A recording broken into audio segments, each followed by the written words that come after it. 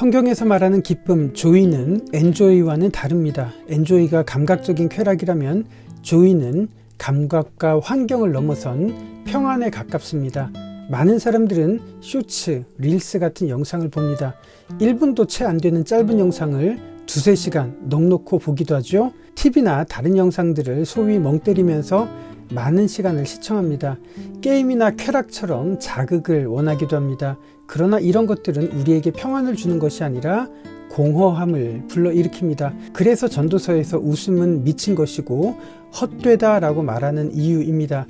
그렇다면 무엇이 기쁨일까요? 고대 그리스에서 희극보다 비극을 더 높게 평가했던 이유는 이겁니다. 비극을 통해서 우리의 삶을 공감하고 행복을 느낀다고 믿었습니다. 예술 작품을 보면서 눈물을 흘리는 이유 역시 우리의 인생에 와닿기 때문입니다. 그래서 기쁨의 핵심은 웃음이라기보다는 공감에 가깝습니다. 로마서 14장 17절에도 기쁨이란 먹고 마시는 것이 아니라 성령께서 주시는 열매라고 말하는데요. 초대교회 그리스도인들이 안락한 생활을 포기하고 지하 감옥에 있으면서도 기뻐할 수 있는 이유는 진리에 공감했기 때문이고 타인을 향한 진심 때문일 겁니다. 그래서 성령 하나님과 동행할수록 진리에 대해서 그리고 타인에 대해서 공감이 커지는 이유겠죠. 이것을 구체적으로 표현한 인물이 톨스토이입니다. 톨스토이가 위대한 이유는 글재주 때문이 아니라 타인을 향한 진심을 정확하게 표현했기 때문입니다. 그래서 그의 글을 통해서 우리는 기쁨을 느끼게 되는 거죠. 톨스토이를 무척 존경했던 화가는 일리아 레핀입니다.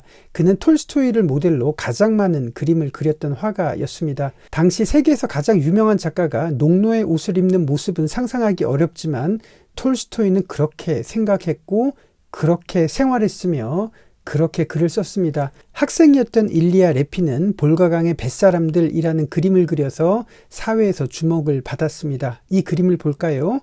일리아 레핀은 볼가강에서 일하는 인부들을 보면서 아주 큰 충격을 받았습니다. 11명의 인부들은 멀리 정박된 배를 끌고 있습니다. 우아하게 그려진 배와 달리 인부들은 배보다 열등한 존재, 마치 가축들처럼 그렇게 표현됐습니다.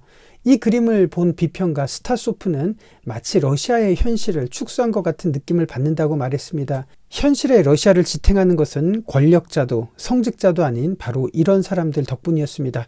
그래서 톨스토이는 물론 도스토옙스키도 아주 커다란 충격을 받았습니다. 도스토옙스키는 이 그림을 보고 신문에 이렇게 표현을 했습니다. 우리 사회가 농노들, 노동자들에게 참 많은 빚을 지고 있습니다. 그렇지만 우리는 과연 그런 마음을 갖고 있을까요? 톨스토이는 그런 마음을 누구보다도 절실히 갖고 있었기 때문에 그로부터 위대한 문학이 탄생할 수 있었습니다. 라고 도스토옙스키는 말했습니다. 당시 정통 러시아 정교회는 어쩌면 설교 시간에 천하보다 귀한 한 영혼을 운운했을지도 모릅니다. 그렇지만 일리아 레핀이 맨 앞에 인부의 얼굴에 당시 사람들의 존경을 받았던 사제 카닌의 얼굴을 그려내온 것은 당대의 위선적인 사회를 고발하는 단면일 겁니다. 카닌은 생명력 없는 러시아 정교회에 저항하다가 파문을 당했던 사제였습니다. 어쩌면 비둔해진 배와 같은 존재는 누구인지, 러시아 사회를 실제적으로 떠받치는 존재는 누구인지 이 그림을 보면서 여러 생각을 하게 합니다. 진정한 교회란 무엇일까요? 건물일까요? 성직자일까요? 화려한 조명일까요? 아니면 성도들일까요? 그래서 일리아 레핀은 카닌의 모습처럼 톨스토이를 이렇게 그렸습니다. 일하는 인부들이나 노예처럼 살아가는 농노들의 삶을 이해하고 공감하는 것이야말로 진정한 기쁨이라는 것을 이 작품은 말하고 있습니다. 이 그림을 보면서 한 명의 인간이 대체할 수 있는 가축이 아니라 존엄성을 발견할 수 있는 것도, 그리고 우리의 현실을 투영할 수 있는 생각을 가질 수 있는 것도 바로 기쁨의 한 단면일 겁니다. 볼가강의 뱃사람들 이 그림을 그려서 일리아 레핀이 주목을 받았다면 이듬해인 1871년에 졸업작품전에서 금상을 수상하며 최고의 화가가 될 수 있었던 그림은 야이로의 딸을 살리시는 그리스도입니다. 죽은 야이로의 딸을 그리스도께서 살리고 계십니다. 그리스도께서는 생명을 상징하는 푸른색 옷을 입고 계시죠.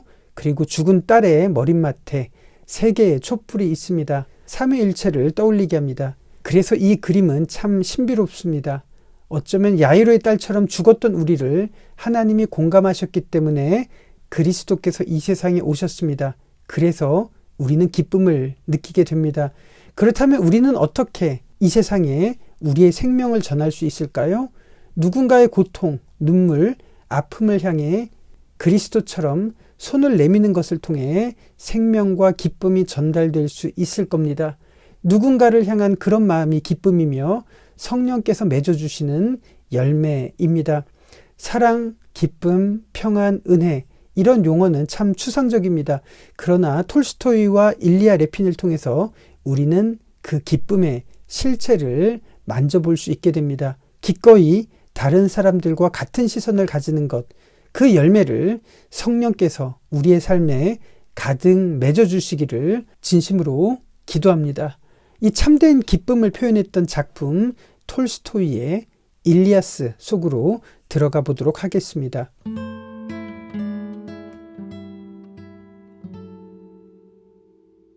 우파라는 곳에 바시키르 사람 일리아스가 살았다. 그는 물려받은 재산은 적었지만 이른 아침부터 저녁 늦게까지 아내와 함께 열심히 일했다. 그렇게 35년을 지내자 큰 부자가 되었다. 이제 일리아스에겐 말 200마리, 소 150마리, 양 1200마리가 있었다. 지역 사람들 모두 일리아스의 풍족한 삶을 부러워했고 멀리서도 그의 소문을 듣고 손님들이 많이 찾아왔다. 일리아스 부부는 누가 오든 좋은 음식을 풍성히 대접했다. 때가 되어 일리아스의 두 아들과 딸 모두 혼인했다. 그런데 열심히 일하던 아들들은 부자가 되자 방탕하게 살기 시작했다.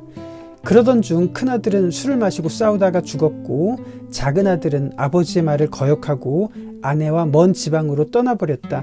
일리아스의 재산은 자녀들을 혼인시키고 분가시키면서 줄어들었다. 그런데 얼마 지나지 않아 전염병으로 가축이 떼죽음을 당하고 그 후엔 흉년으로 풀이 나지 않아서 가축들이 말라 죽었다. 또 그 후엔 이웃 지방 사람들이 가축을 약탈하기 시작했다. 일리아스의 재산은 점점 줄어만 갔고 몇 마리 남은 가축과 살림을 팔아 생계를 이어가야만 했다. 급기야 70세가 되었을 때 그가 가진 것이라고는 입고 있는 옷과 신발, 그리고 아내뿐이었다. 막내딸도 세상을 떠나서 노부부를 돌볼 사람이 없었다. 그러자 무하메드 샤라는 이웃이 이들을 돕기로 마음먹었다. 부유하진 않지만 착하고 성실하게 살았던 그는 노부부를 자기 집으로 불러들였다. 이제 일리아스와 아내는 이웃집의 일꾼이 되어 살기 시작했다. 처음엔 일하는 게 힘에 부쳤으나 이내 익숙해졌고 큰 재산을 경영했던 경험을 살려 열심히 일했다. 어느 날 무하메드 샤에게 먼 곳에서 손님들이 찾아왔다. 무하메드 샤는 일리아스에게 양을 잡아 손님들을 대접하라고 지시했다. 주인과 손님들은 푹신한 방석에 앉아 이야기를 나누었다.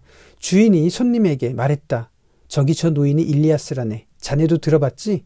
우리 지방에서 제일 큰 부자였는데 지금은 우리 집 일꾼으로 지내. 저런 행복과 불행이 수레바퀴처럼 도는구먼. 옛날이 얼마나 그리울까. 손님이 안타까워하며 말했다. 그러자 무하메드 샤가 대답했다. 글쎄 그런 내색은 안 해. 그냥 조용히 지내. 일도 잘하고. 그러자 친구가 말했다. 저 노인과 얘기 좀 나눠도 될까? 인생에 관해 묻고 싶은데. 손님의 요청에 무하메드 샤가 일리아스를 불렀다. 일리아스, 이리 좀 들어와 봐요. 할멈도 부르고. 일리아스가 아내와 함께 안으로 들어와 한편에 앉았다. 손님이 일리아스에게 마유주를 따라주며 물었다. 할아버지, 행복했던 옛날이 그립지 않소? 대단한 부자로 살다가 이젠 이렇게 불행하게 됐으니 속이 참 많이 상하겠어요. 그러자 일리아스가 웃으며 말했다. 진정한 행복과 불행이 무엇인지 내가 아무리 얘기한들 당신들은 안 믿을 거요. 차라리 내 아내한테 물어봐요. 여자라서 속마음을 다 말해줄 겁니다. 그러자 손님이 일리아스의 아내 샴세마기에게 물었다. 그럼 할머니가 좀 말해봐요. 예전의 행복과 지금의 불행을 어떻게 생각하고 있어요? 저 사람과 나는 50년을 같이 살며 행복을 찾았지만 못 찾았어요. 그런데 아무것도 안 남고 남의 집 일꾼으로 지내는 지금이야말로 아주 행복해요. 그러니 이 이상 필요한 게 없지요. 아니 그 큰 재산을 다 잃었는데 뭐가 그리 행복해요? 우린 부자긴 했지만 신경 쓸 일이 얼마나 많았던지 마음이 즐겁진 않았어요. 서로 얘기할 시간도 없고 영혼에 대해 생각하고 하나님께 기도할 시간도 없었지요. 그저 분주히 살았어요. 손님이 오면 행여 안 좋은 소리 들을까봐 대접하느라 바쁘고, 손님이 가면 일꾼들 감시하느라 바쁘고, 뭐라도 없어질까, 누가 뭘 훔치진 않나 항상 의심하면서 마음으로 죄를 지었어요. 밤에 누우면 도둑이 들지 않을까, 들짐승이 가축을 해치지 않을까, 겨울에 먹일 사료는 어떻게 준비하나 걱정 때문에 잠이 안 왔어요. 그리고 저 사람과 나는 의견이 안 맞아서 다툴 때도 많았다오. 그렇게 걱정만 하며 죄짓고 살았으니 행복한 생활이 뭔지 알았겠어요? 그럼 지금은 어때요? 지금은 남편이랑 한마음이 되어 지내지요. 더는 다투지 않고 차분히 이야기 나눠요. 영혼에 대해 생각하고 하나님께 기도할 시간도 있지요. 먹을 것, 입을 것, 누울 자리가 있으니 더는 필요한 게 없어요. 오로지 신경 쓸 일은 주인을 섬기는 것 뿐이에요. 주인에게 득이 되도록 즐거운 마음으로 열심히 일하고 있어요. 50년이나 행복을 찾았는데 빈털터리가 돼서야 찾았네요. 샴세마기의 말에 손님들은 크게 웃었다. 그러자 일리아스가 말했다. 이것이 바로 인간의 삶이라오. 나랑 할멈은 어리석어서 처음엔 재산을 잃고 울었지만 이젠 하나님께서 진실을 보게 해주셨지요. 당신들도 진실을 볼 수 있기를 바랍니다. 손님들은 웃음을 멈추고 생각에 잠겼다.